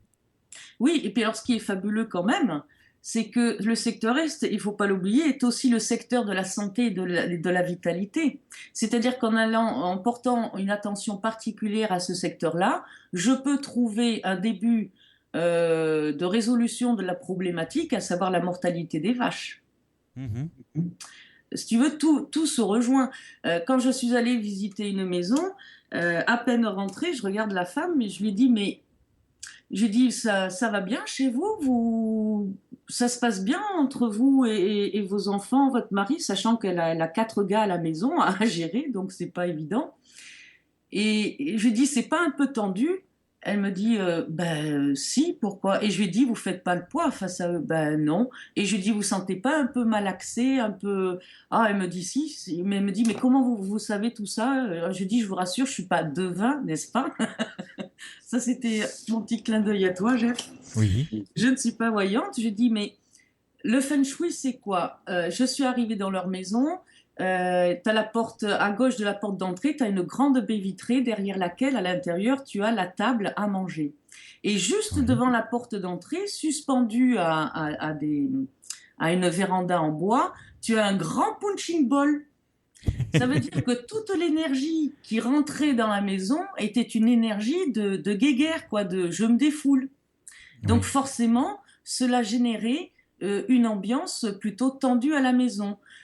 Comment j'ai su qu'il y avait une tension, qu'elle ne faisait pas le poids face à ces gars? Je regarde une photo qui était dans son salon. Il y avait la photo de toute la famille. De gauche à droite, tu avais le mari, les enfants, et à droite, madame. Et en fait, la photo était de travers, c'est-à-dire que le mari et les enfants étaient en bas, c'est-à-dire qu'ils pesaient plus lourd qu'elle dans la maison. Je lui ai demandé de redresser le tableau. Ça, c'est un remède feng shui. Et comment j'ai su qu'elle était complètement malaxée et retournée à chaque fois? Eh bien, figure-toi que le mari, alors c'est bête, mais c'est énergétique. On est dans le subtil, il ne faut pas l'oublier. Dans le foyer de la cheminée, donc je dis bien le foyer de la cheminée, il y avait un carton d'un robot tu sais, pour malaxer la soupe, là, pour... Oui, un robot Marie. Oui, eh ben, figure-toi que le carton était dans la cheminée qui représente le foyer. Et donc, forcément, toute cette pauvre femme, rien que ces trois choses, en quelques secondes, eh bien, je lui ai fait enlever la photo du robot de la cheminée, j'ai fait redresser la photo, j'ai fait enlever Punching ball. le punching ball, et voilà. Ben voilà, ça, ce sont des remèdes de Feng Shui. En Feng Shui, on est dans le psychisme des gens. Et quand tu as une problématique que tu identifies dans un foyer ou dans un bureau ou un commerce, etc., il faut savoir que la solution, elle est sur place. S'il y a un problème d'argent, je ne vais pas faire acheter aux gens un gros crapaud donc oriental, un crapaud chinois, en leur disant il faut le mettre dans le secteur richesse, etc. Ou je ne vais pas leur faire acheter des pièces japonaises ou ce que tu veux. Non, euh, je vais chercher chez la personne la résolution à la problématique. Une fois, un commerçant, je lui ai simplement fait mettre, tiens-toi bien, une pièce de 2 euros sous le paillasson de l'entrée. Tiens, il y a une De bonne ce question, commerce. Catherine, il y a une bonne question de la part de Paola. Euh, Avez-vous des plantes qui favorisent l'équilibre des énergies? Alors, dans l'absolu, si on ouvre un bouquin de Feng Shui, on va vous dire telle et telle plante est bien, est favorable, telle autre est défavorable, etc. Alors c'est là que moi je sors mon pendule équatorial et que je vais demander d'abord, avant de conseiller à la personne telle ou telle plante, je vais demander à la personne si elle aime, quel type de plante elle aime déjà. Ensuite, euh, si je dois positionner une plante, je vais regarder si ça ne gêne pas la circulation énergétique à l'intérieur du lieu d'habitation de la personne. Oui. Et enfin, avec mon pendule équatorial, je vais m'assurer, que je ne mets pas la plante, par exemple, si c'est pour la prospérité, que je ne la mets pas sur un nœud géopathogène, et m'assurer qu'elle vibre, qu'elle est bien dans les bonnes vibrations, qu'elle vibre en magnétique et pas en électrique. D'accord. On ne peut pas dire, si tu veux, il y a encore une fois la théorie, la pratique. On va dire que dans l'absolu, voilà, on part du principe que telle et telle plante peut être bonne. Oui, certainement. Mais la question est-ce que cette plante est bonne pour cette personne, dans cette maison, dans ce foyer et pour les habitants de ce foyer? Il y a Nizou qui me fait rire parce qu'elle met comme ça dans le chat. Moi, je dors à côté d'un cactus. Bah, j'aimerais pas être ses fesses en fait, hein. Parce qu'à mon avis, ça doit piquer. Oui, Voilà. Dans le salon. En plus, elle dort dans le salon, apparemment. oui, mais si elle le vit bien, encore une fois, c'est pas. Il y a un principe. Il y en a qui vont te dire un cactus, c'est piquant parce ce qu'ils vont voir, c'est un cactus piquant. Bah Mais oui. si elle, quand elle regarde son cactus, elle le regarde avec amour. L'information qui va passer, c'est de l'amour. C'est encore une fois la façon dont la personne le vit. D'accord. C'est là qu'est la subtilité du feng shui. Je pourrais te citer des cas pratiques où une fois je suis rentrée dans une maison, c'était sur Marseille. Alors la propriétaire de la maison est une femme haute en couleur, dynamique, souriante, elle est pétante. Et, et j'arrive chez elle et en fait je vois alors qu'une personne était passée faire du feng shui et tous ces meubles étaient tous gris. Tous les objets sur lesquels qu'elle regardait avec amour, la personne qui a fait du feng shui lui a fait mettre au sous-sol parce que c'était soi-disant pas feng shui. Allô? Oui, je t'écoute. Ah oui, c'est mon ordinateur qui s'est éteint. Ah, Et, d'accord. et donc, en fait, depuis que la personne était intervenue en feng shui, eh bien, cette personne-là était belle piquée du nez, tout simplement.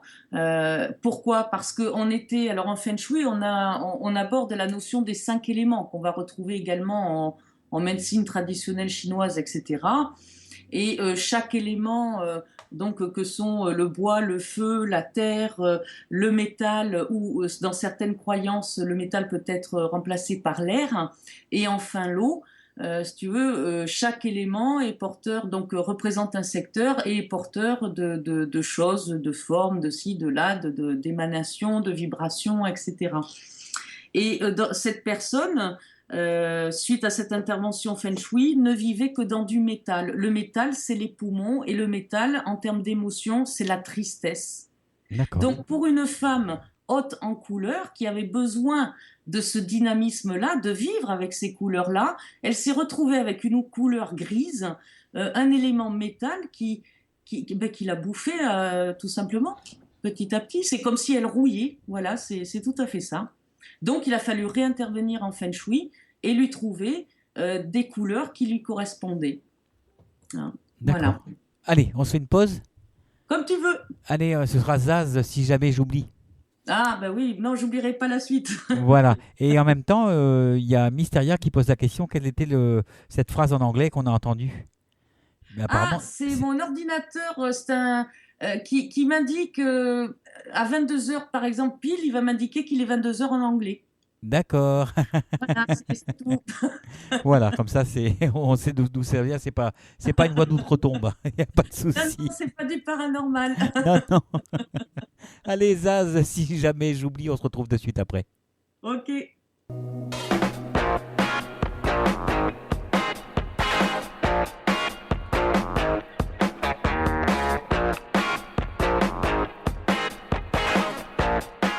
Rendez-vous tous les jeudis à partir de 21h sur lturadio.fr pour votre émission Au-delà des mots.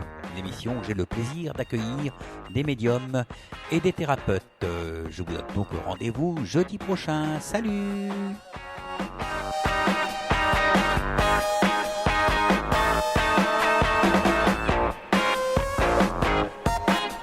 Et donc, jeudi prochain, nous avons rendez-vous avec Dominique qui viendra lui nous parler des auras. Voilà. On retrouve Catherine Lejeune. Fidèle au poste. Oui, tu es pas loin en fait. Hein. Non. 1 heure de chez moi. 1h15. Pardon ? 1h15 vu que tu es du côté de Pontivy. Yes. Et que je suis du côté de Brest. Brest même, comme on dit. Ah.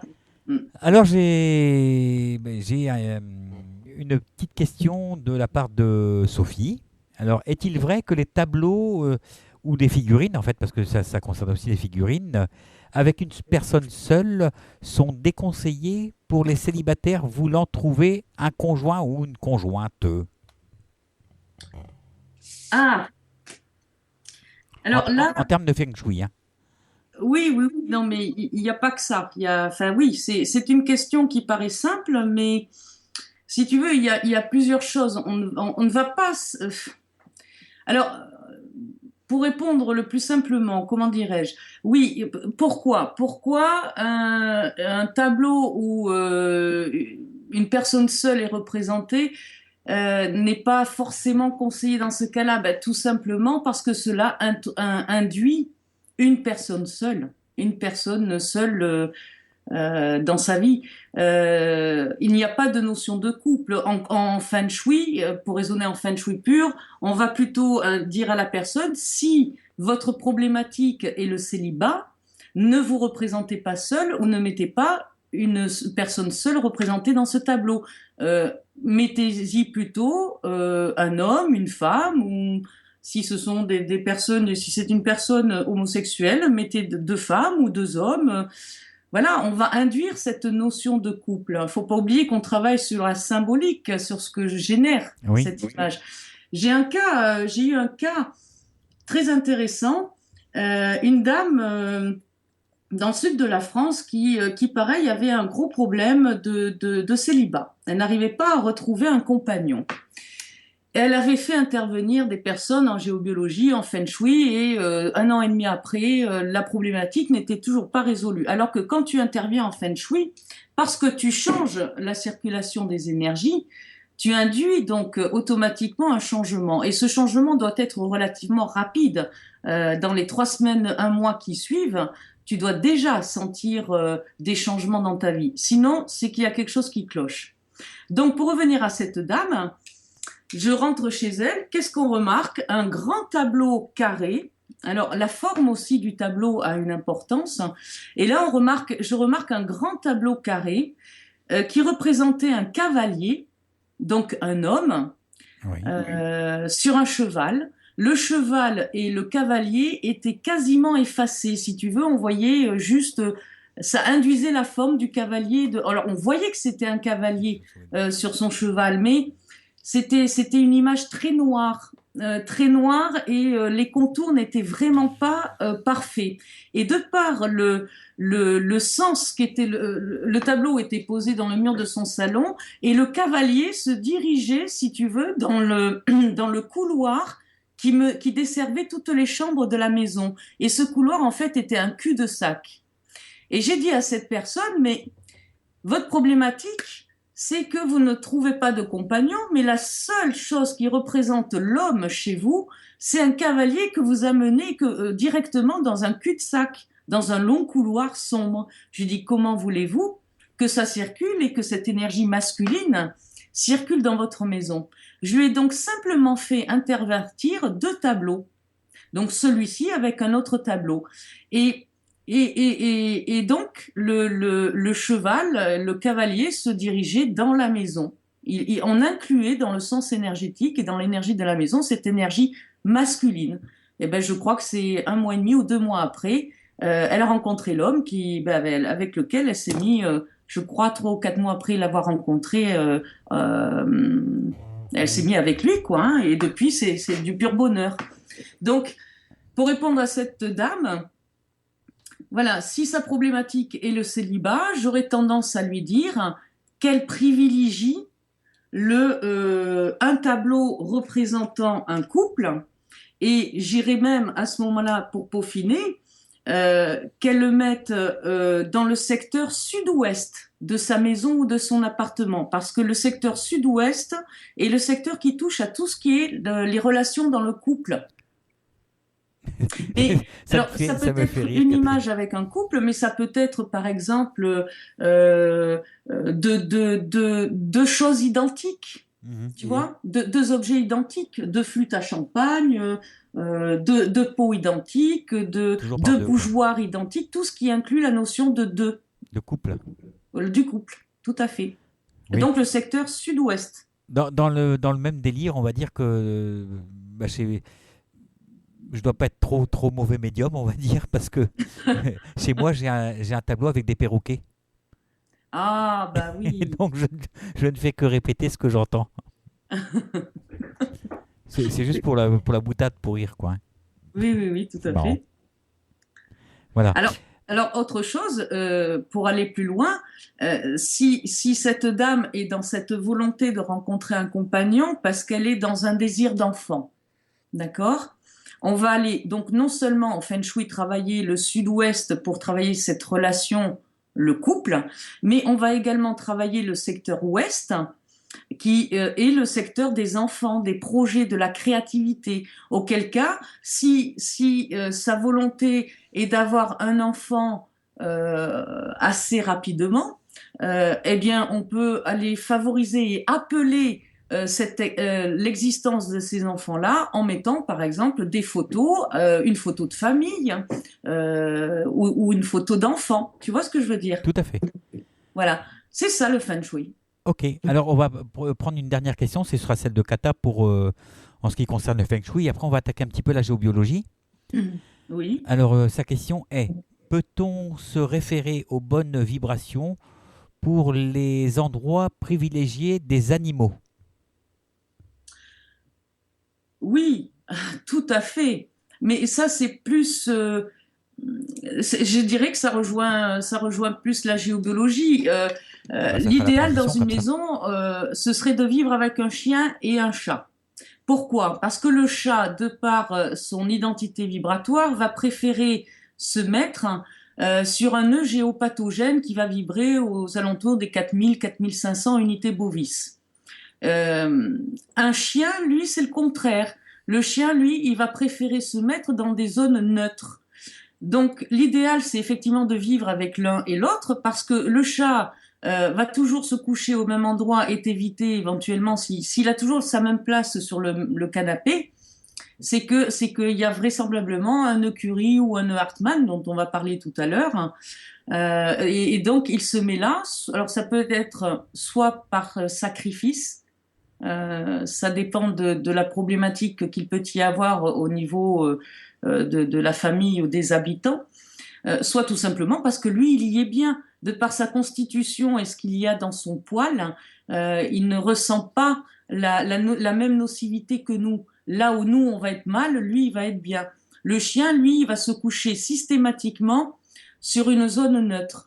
Les nomades, pour ça, étaient extraordinaires. Ils avaient, les anciens, de toute façon, tout a été écrit, et les anciens, pour ça, étaient fabuleux.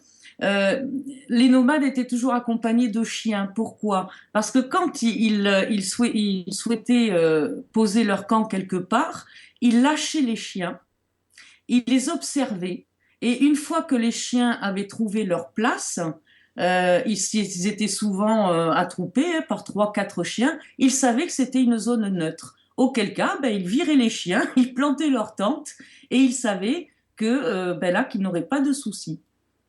Quand tu observes les animaux dans un pré, c'est pareil. Tu vas t'apercevoir que les moutons, les vaches, etc., à un moment donné, ils vont se poser toujours sur les mêmes zones, qui sont des zones favorables pour eux.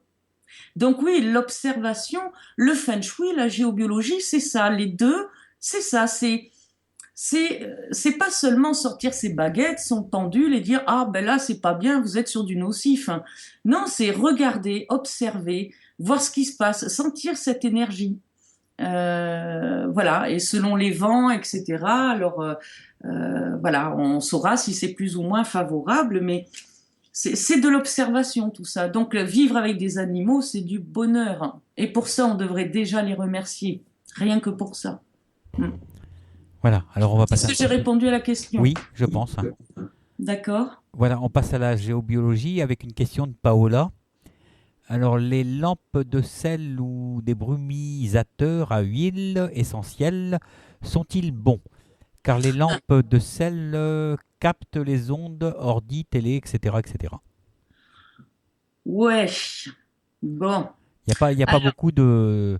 En fait, les lampes à sel ne captent pas... Enfin, il n'y a pas autant de rayonnement que ça. Hein. alors écoute, moi quand je vais faire une expertise en géobiologie non naturelle, donc je vérifie tout ce qui est prise, donc circuit électrique, hein, déjà m'assurer qu'il y a la prise à la terre, que les phases neutres et compagnie ne sont pas inversées. Euh, Tout appareil branché rayonne, toute prise rayonne. Sauf si l'habitant a pris la précaution de mettre des gaines donc dans lesquelles passent les fils électriques qui soient blindés. Dernièrement, j'ai encore fait une nouvelle maison, c'était une aberration, le rayonnement électrique. Donc ce qu'il faut faire, c'est avoir un appareil comme on peut avoir en tant que professionnel, enfin même un particulier peut se l'acheter, hein, je crois que c'est environ des 100 euros, et il vérifie tout appareil branché sur une prise rayonne. Après, il rayonne plus ou moins selon si la phase effectivement a été inversée ou pas. Donc, je dirais que de prime abord, que ce soit avoir une lampe à sel sur sa table de chevet comme un radio-réveil électrique sur sa table de chevet sont d'emblée des aberrations. Après, on peut les mettre dans un coin un petit peu plus isolé, à plusieurs mètres de soi, auquel cas, là, le risque est beaucoup moins important. Enfin, j'entends le risque électrique. Après, qu'elles prennent... moi, j'ai testé, j'ai sincèrement... alors, tu vas me dire que je suis casse-pompon, mais j'en reviens à la polarité. Si la lampe à sel a été fabriquée correctement, on va dire que dans la circulation des énergies subtiles, elle remplit son rôle. Mais si elle a été construite et posée sur son socle en bois, par exemple, inversé, eh bien non. Là, au lieu de prendre ou de transformer, elle va émettre du négatif, elle va se saturer, elle va émettre. Donc, on en revient encore à cette histoire de polarité. Et dans le cas des lampes à sel, à l'électricité. Donc, à la pollution non naturelle. D'accord. Donc, il faut tester. Encore une fois, il y a le principe et il y a la pratique. Et donc, Kata te remercie pour la réponse et elle te dit qu'elle vient de remercier son chat. Ah, super. Voilà. Elle lui fera une grosse caresse de ma part. Ben oui, mais souvent les chats, ils prennent même nos maladies, hein, ils prennent. Hein. Oui, oui, tout à fait. Les chats sont guérisseurs à plusieurs points de vue. Ils sont fabuleux. Ce sont des animaux extraordinaires. Moi, j'ai une chatte guérisseuse qui sait qu'elle n'a pas le droit d'aller sur ma table de soins. Oui. Et j'ai remarqué que quand je reçois quelqu'un, elle vient regarder la personne, elle la regarde, elle la scanne. Et chaque fois que la personne qui est atteinte d'une pathologie grave, du genre cancer, tu peux être assuré qu'à chaque fois, elle monte sur la table. Et elle se met soit entre les jambes, soit sur le ventre de la personne. Auquel cas, bien entendu, je me suis assuré auparavant que la personne n'était pas allergique au chat ou au poil de chat et que ça ne la dérangeait pas. Mais je lui dis pas que c'est la raison de la chose, n'est-ce pas? Ben, bien sûr. Je reste très centrée dans ces cas-là et je fais oh c'est bizarre. Vous devez vraiment aimer beaucoup les animaux pour qu'elles viennent vous voir. Oui, on cherche des stratagèmes, si je peux dire. Ben oui, oui, mais les chats, oui, ils prennent sur eux. Moi, j'ai une grand-mère qui a été handicapée extrêmement tôt et bon, qui avait de gros problèmes au niveau des membres inférieurs. T'étais assuré que donc elle passait sa journée assise. Sa chatte ne la quittait pas. Elle était tout le temps assise sur ses jambes, sur ses genoux. Et dès qu'elle s'allongeait, soit elle se collait sur ses membres inférieurs, soit elle montait dessus. Et elle prenait cette chatte, elle prenait tout, quoi. C'était impressionnant. Mais à l'époque, je ne le savais pas. Donc oui, faut pas sous-estimer ces présences. C'est à tout point de vue. C'est marrant parce que tout à l'heure, en préparant l'émission, on avait parlé de la mémoire des murs et justement, il y a une question qui nous vient de Marina. Pour le commun des mortels, comment dégager un minimum notre nouveau logement en sachant qu'il y a une mémoire des murs, etc. Alors, déjà, je n'aime pas les termes comme dégager, nettoyer. Je trouve ça inapproprié. Il faut être dans le respect de ce qui est. Je me bats tout le temps pendant mes stages. On ne dégage pas, on ne nettoie pas, on accompagne. Après, tout dépend de la mémoire. Si on est face à une maison à cancer ou une maison à violence ou qui induit la violence, il peut y avoir effectivement, c'est que là il y a une mémoire qui est quand même assez lourde. Auquel cas, alors là il y a plusieurs positions. Soit on est croyant, soit on ne l'est pas. Si on est croyant, la première chose qu'on peut aller faire, c'est prier ou faire dire une messe pour les âmes du purgatoire ou pour les anciens propriétaires, si la problématique touchait les anciens propriétaires de la maison, etc. Si on n'est pas croyant, on va passer par d'autres moyens. Il y en a qui vont dire faire brûler de la sauge, par exemple. Oui, alors il faut faire très attention avec ça parce que moi à mes débuts je le savais pas. Une copine m'avait dit parce que j'avais acheté une maison où il y avait une dame s'était pendue. Je l'ai su le jour où on m'a remis les clés de la maison. Donc autant vous dire que je me suis écroulée à l'époque parce que j'avais pas les connaissances que j'ai aujourd'hui. Alors oui, il y avait une mémoire plutôt négative, mais la personne en elle-même, j'ai fait une enquête après, n'était pas négative en soi. Et une amie qui était là-dedans m'avait dit « tu fais brûler de la sauge », mais elle me dit « attention, tu fais brûler de la sauge, tu pars de la gauche de ta maison, tu longes les murs, tu fais le haut, le bas, les coins, les machins, etc. » Et elle me dit « fenêtre fermée ». Donc qu'est-ce que j'ai fait? Moi, j'ai fait brûler un maximum de sauge. Et donc il y avait un étage, donc j'ai commencé par le rez-de-chaussée, je suis montée, toujours côté gauche, je suis redescendue, je suis arrivée en bas, je l'ai appelé, je lui ai dit « ça y est, j'ai nettoyé la maison ». Et on a commencé à parler. Et là, elle me dit « mais Catherine, tu n'es pas dans ton état normal ». Et j'ai dit « ah bon, pourquoi ?» Elle me dit « tu parles pas comme d'habitude ». Et je dis « ah bon ?» Elle me dit « mais qu'est-ce que tu as fait ?» Alors je lui explique « j'ai fait brûler de la sauge ». Elle me dit « oui ».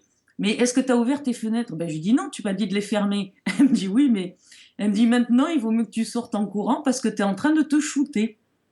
Et en fait, je me suis complètement shootée. Alors, je ne sais pas si au niveau de la mémoire des murs, ça avait dégagé quelque chose, mais autant vous dire que moi qui n'avais jamais touché à quoi que ce soit, ça a été très efficace. Et du coup, la mémoire était beaucoup plus légère. Donc, on peut utiliser la sauge, mais à cette condition-là, de rester voilà, attentif, c'est-à-dire faire les choses correctement, mais sortir du logis, laisser passer, je dirais, 1 heure à 2 heures, et ensuite ouvrir toutes les fenêtres pour bien aérer. Sinon, ça fait dangereux. Alors, il y a la sauge, il peut y avoir plein de choses après. Tu peux mettre du sel, dans les coins de ta maison. Coins, oui. Tu peux mettre des clous dans les coins, donc la pointe tournée vers l'extérieur pour repousser ce genre de choses. Mais chaque fois que tu actes quelque chose, que ce soit de l'encens, de la bougie ou autre, il faut bien penser que de par le fait que tu actes, tu y mets une intention. Et quand on est dans le subtil et toi dans le physique, on a quand même plus de poids à ce niveau-là. Donc, sauf quand on est face à une négativité extrême, mais là on tombe dans l'exorcisme. Mais dans ces cas-là, voilà, il suffit d'y mettre cette intention journalièrement. Une bougie est extraordinaire pour modifier l'ambiance d'une pièce. Si l'atmosphère est lourde, tu mets une bougie, mais tu ne mets pas ta bougie en hauteur. Il faut que tu la mettes dans le premier tiers, entre le sol donc et le premier tiers, plutôt vers le bas que vers le haut. Pourquoi? Parce que tout ce qui est mémoire, tout ce qui est énergie comme ça, ce sont des énergies denses qui sont donc plus lourdes que les énergies propres, on va dire. Donc, si tu veux dégager, améliorer l'atmosphère de ta maison, tu mets des bougies au sol, ou une grande bougie du genre neuvaine, ou une bougie dans un... comment ça s'appelle Photophore. Pardon? Photophore. Oui, dans un photophore, voilà. Et tu vas voir, ça va, en demandant, le temps que cette bougie brûle, voilà, je demande à la personne ou à la mémoire tout simplement de rejoindre cette lumière et de l'accompagner, de se consumer avec elle. Et il y a des moyens très doux. Quand on est dans l'intention, encore une fois, on ne dégage pas, on ne nettoie pas. Il faut pas être violent. Il faut être dans le respect. Chaque chose qui est à sa raison d'être. Donc, dès l'instant où tu es dans ce respect-là, dis-toi que ça va dans les deux sens. D'accord. Je ne sais pas si j'ai répondu à la question. Tout à fait. Impeccable. Bien. Alors, voilà, après, on va se faire une petite pause. D'ailleurs, on n'a pas parlé des réseaux Hartmann, hein, parce qu'on est quand même dans la géobiologie. Parce que je pense que c'est, même si on le fait rapidement, c'est quand même important d'en parler, j'imagine. Ah oui. Alors, attends, tu veux faire la pause avant ou après? Oh, allez, on répond d'abord au niveau des réseaux Hartmann et on fera la pause après. Ok. Alors, les réseaux Hartmann. Les réseaux Hartmann, déjà, ils portent le nom du docteur Hartmann, donc qui a décelé, qui suite à ses recherches a découvert qu'il y avait des nœuds qui étaient pathogènes et que ces nœuds étaient comme une sorte de souffle énergétique qui pouvait être extrêmement nocif.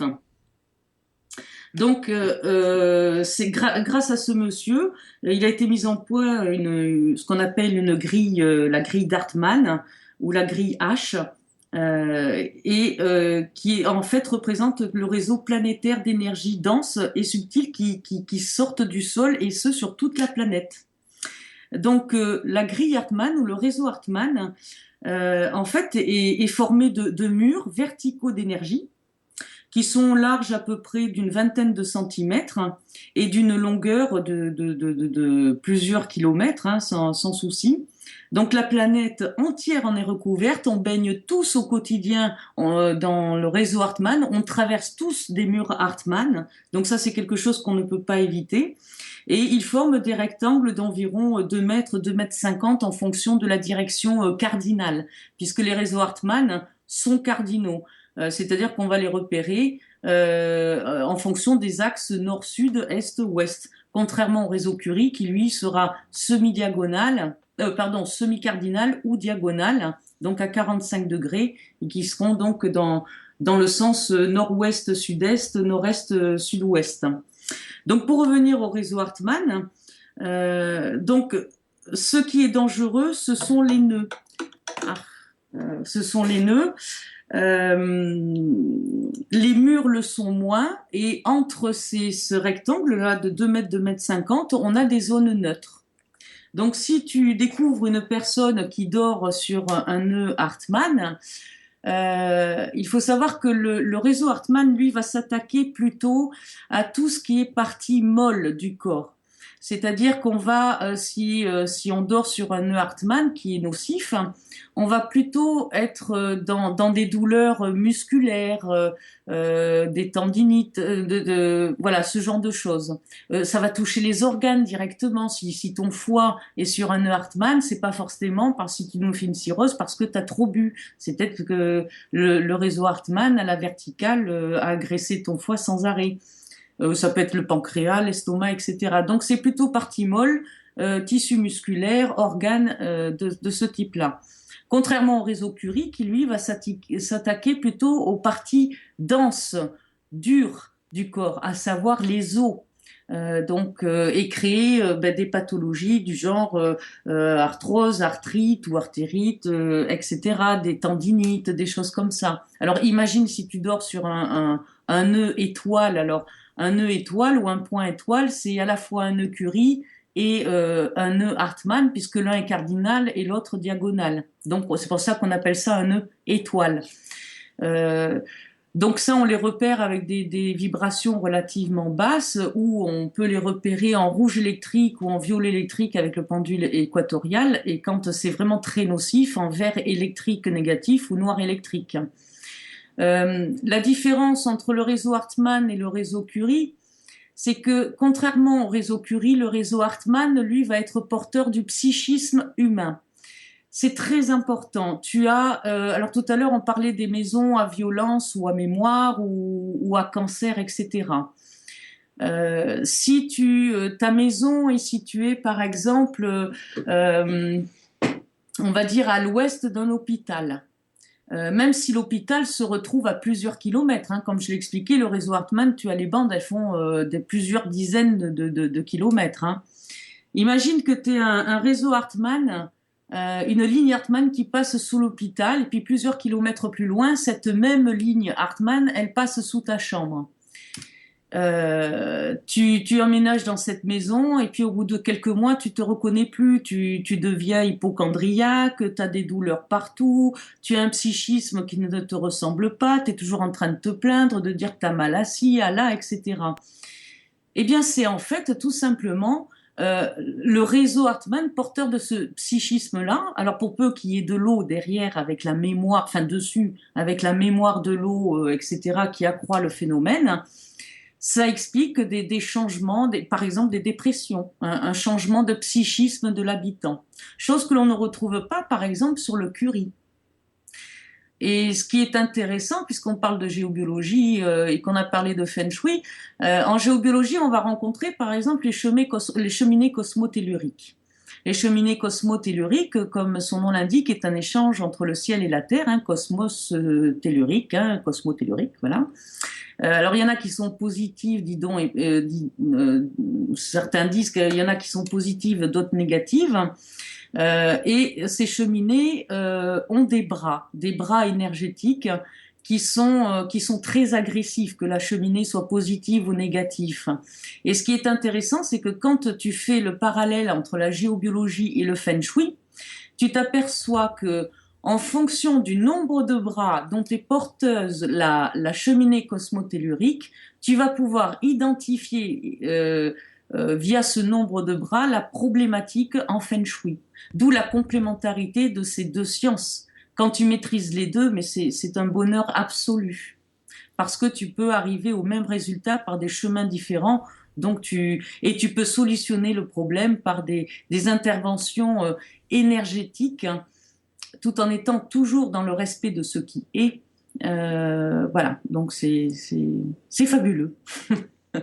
Voilà, on va se faire Une une petite dernière pause musicale Oui, et on se retrouve de suite après. d'accord. Alors ce sera Willie William avec son titre Ego. D'accord. C'est parti, Ego, Ego.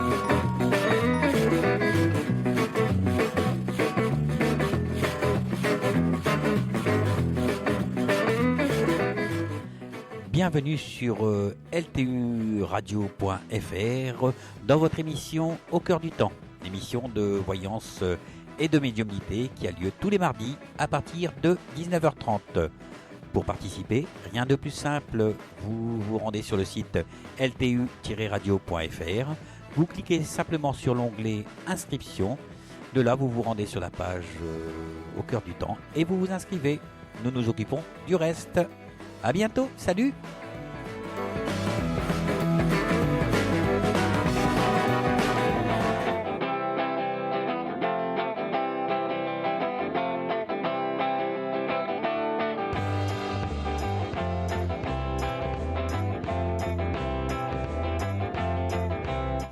Hello, c'est Kate. La psychogénéalogie vous parle ou vous questionne?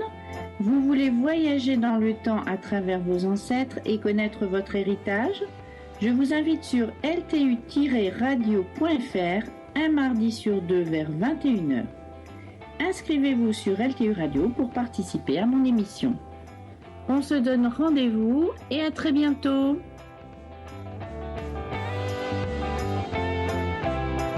Voilà, et donc mardi prochain, vous avez rendez-vous donc dans un premier temps à 19h30 avec la voyance et la médiumnité.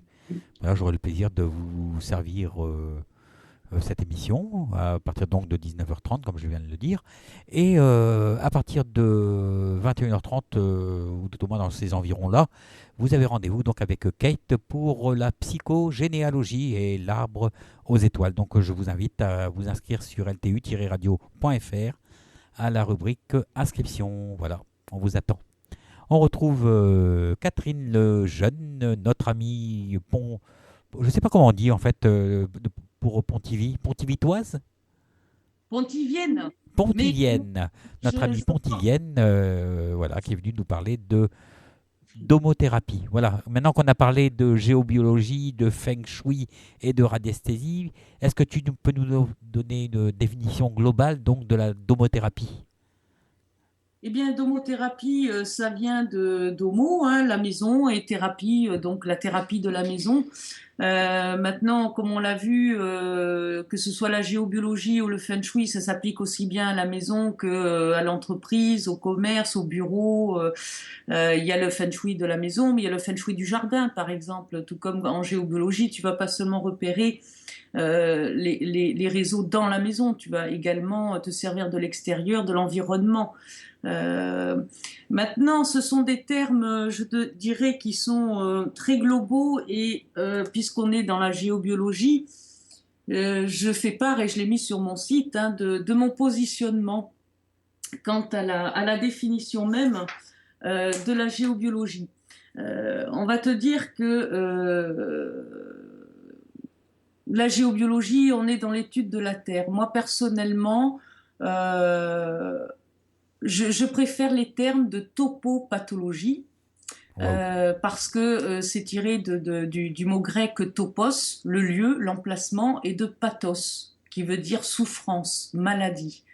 Donc dans la topopathologie, on est vraiment dans l'étude de la souffrance et de la maladie d'un lieu ou d'un emplacement. Donc ça, c'est mon point de vue. La géobiologie, je trouve que c'est un terme beaucoup trop global parce qu'il ne se réfère qu'à la Terre. Donc je trouve que c'est un terme très limitatif.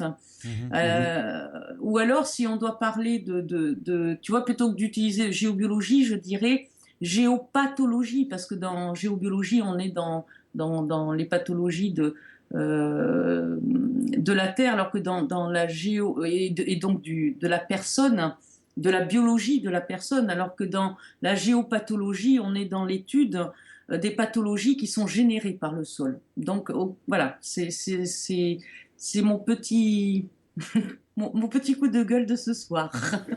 Voilà. Alors, on va poser une toute dernière question. Ce sera de la part de... Ah oui, oui, pardon. Juste pour finir dans la domothérapie, pourquoi la domothérapie? Pourquoi avoir regroupé la géobiologie, le feng shui là-dedans? Parce que tu as bien compris que je ne fais pas que la géobiologie, que le feng shui. Je m'attache énormément aux émissions de formes qui sont générées par les objets, par les cadres, etc., qui ne sont pas anodins. Et malheureusement, à côté de quoi beaucoup de gens qui se disent professionnels passent. Voilà. Ouais, d'accord. Voilà. C'était ma parenthèse. D'accord. Donc, ma dernière question, enfin, ce sera celle de Kata. Alors, peut-on mettre des choses sous son lit pour se protéger et mieux dormir si on ne peut pas faire autrement?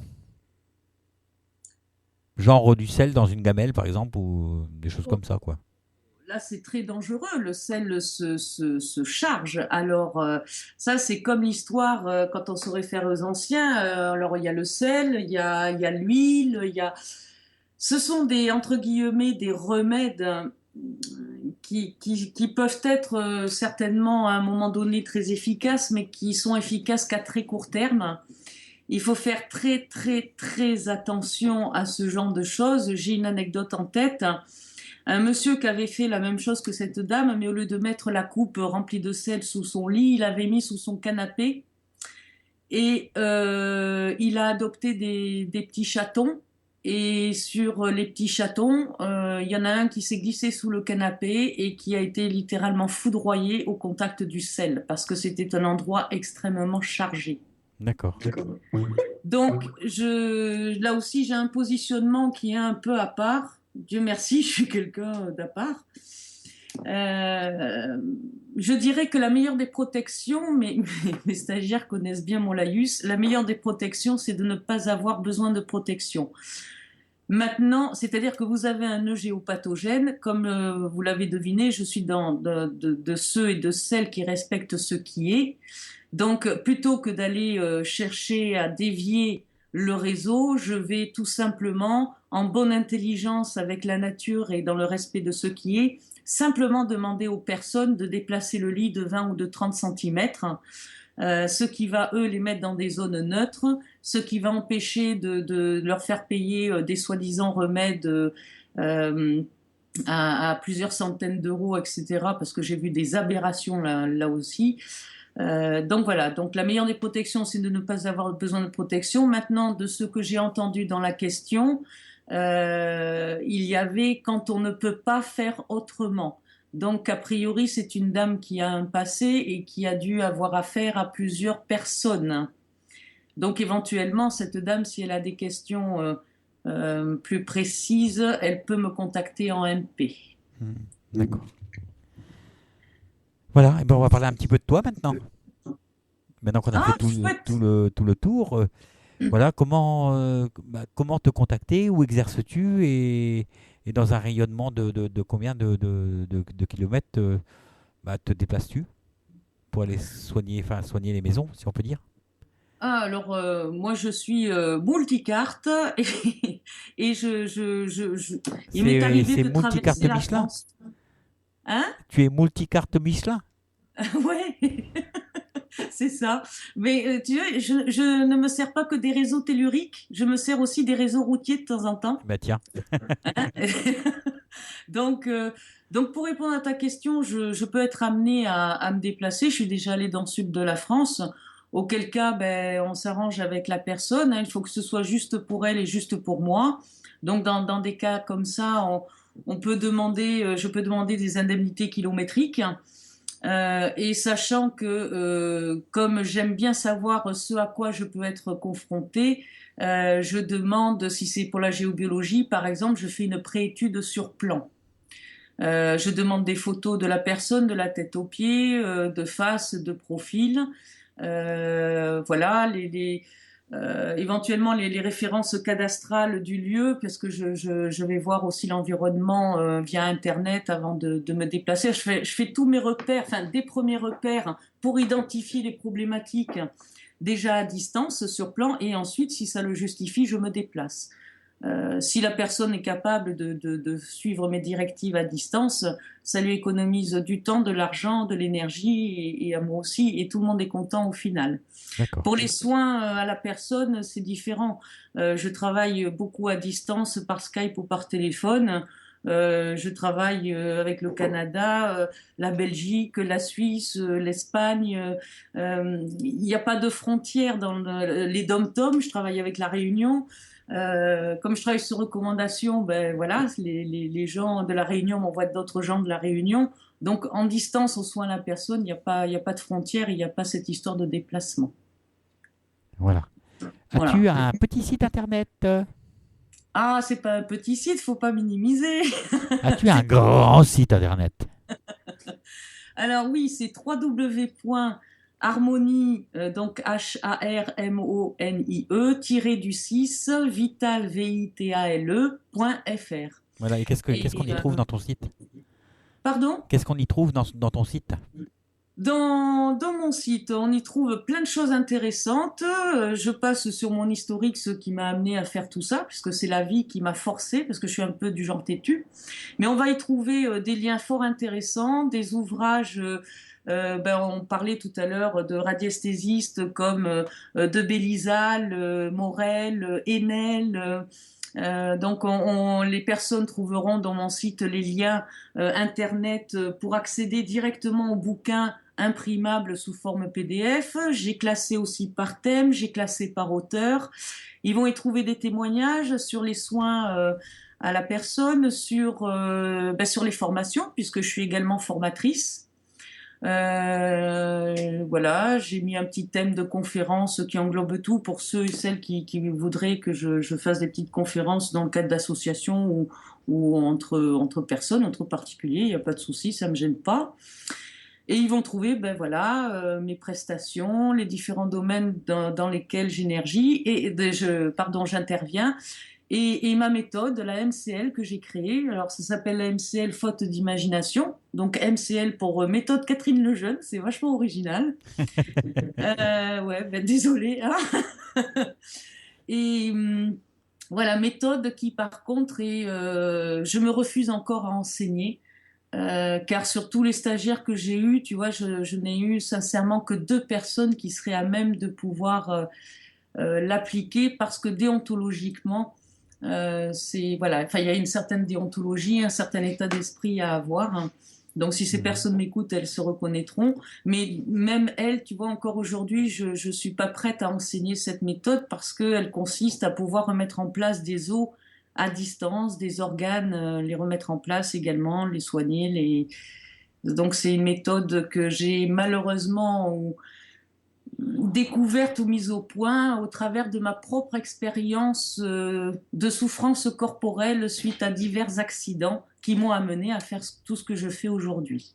Voilà, donc ton site c'est harmonie-vital.fr. C'est ça. Alors ta page Facebook c'est Catherine... J'ai les deux, j'ai Catherine Lejeune, ma page où il y a un petit peu de tout, et puis ma page professionnelle, enfin la page que l'on trouve en lien dans mon site internet, hein, la page Harmonie Vitale sur Facebook. Voilà, d'accord. Voilà, donc les gens ont mon téléphone, ont différentes adresses mail, que ce soit via la page Facebook ou via mon site, hein, ils peuvent me contacter directement. Sachant que je fais tout ce qui est conférences et formations sur mesure et sur demande. J'interviens ponctuellement et j'essaie toujours de faire du sur mesure pour répondre au mieux aux desiderata de chacun. Voilà. D'accord. Merci à Pascal, elle a mis les liens là, dans le chat pour tout le monde. J'ai oublié, je suis aussi maître Reiki enseignant, je le dis parce que dernièrement j'ai eu des demandes d'initiation en Reiki 1 et Reiki 2, donc ce sont des formations que je vais bientôt mettre en ligne. D'accord. Voilà, on arrive au terme de l'émission. On a juste dépassé d'une demi-heure, mais c'est pas grave. Ah, je suis trop bavarde. Non, mais ce qu'il y a, c'est qu'on est une radio libre et par définition, une radio libre est libre. Voilà. D'accord, génial, ça me convient. Donc voilà. Bah, je vais te remercier, Catherine, d'être venue nous Bah, voir. c'est moi qui te remercie de m'avoir invité. Et pourquoi ne pas parler du Reiki une prochaine fois? Ah, mais je peux te parler de ce que tu veux. Voilà. Non, parce que je vois que tu parles très bien en fait et tu es tu es quelqu'un qu'on comprend très bien. Ah, mais Voilà. j'espère que mon passé de formatrice me sert un petit peu et de Voilà. conférencière aussi. Voilà, bah, je te souhaite une bonne fin de soirée. De Et même, puis, et merci aux auditeurs et aux auditrices, merci à toi. Et puis, ben, écoute, pourquoi pas une autre émission sur d'autres sujets tout à fait, ou des sujets complémentaires à celui-ci. tout à fait. Bah oui, parce on a quand même fait on va dire un survol. Ah, Parce mais que, c'est clair. voilà, Mais parce on avait que 1 heure et demie, 2 heures, 2 heures moins le quart pour tout voir. Donc il a fallu faire vite et forcément on a oublié des choses, hein. C'est évident. Voilà. oui, bah, Mais ceci après, dit, c'était super sympa et très instructif. eh bien, écoute, j'espère, c'était le but. J'espère que j'ai répondu aux attentes de tout le monde. Voilà. Alors on va saluer les personnes qui restent dans le chat. Alors il Oh, y a Christelle76, Kata, Pascal, Ludi, Nanou, Nizou, Soso, Cathy, Fafa, Jean-Pi, Mysteria, Sophie, Marina Chanchon, Marie-Laure, Paola, Rabia et quelques invités. Voilà, qui n'ont pas pris de pseudo. Donc voilà. Et on va saluer aussi les personnes qui ne sont pas entrées dans le chat. Voilà. d'accord. Très bien. On va souhaiter un bon week-end à tout le monde.